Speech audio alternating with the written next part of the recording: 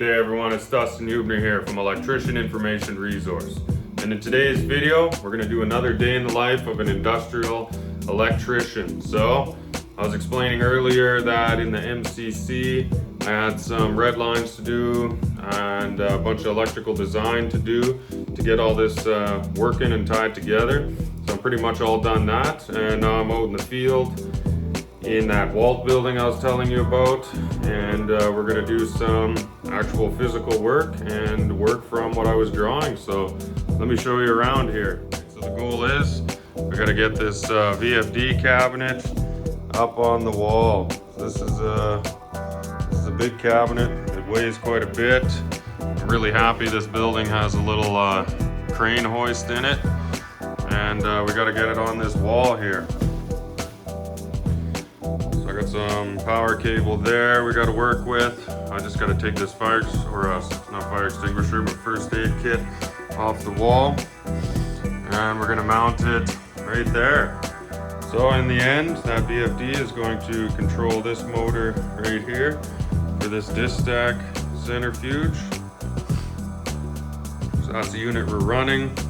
Currently the setup they have doesn't quite work. Here's the motor feeder right there, going up to a contactor. So across the line, straight full load amps plus inrush when we start, and it's not able to spin the centrifuge with full load amp starting. So that's why we need the soft start VFD. So this is a nice little panel, no prints.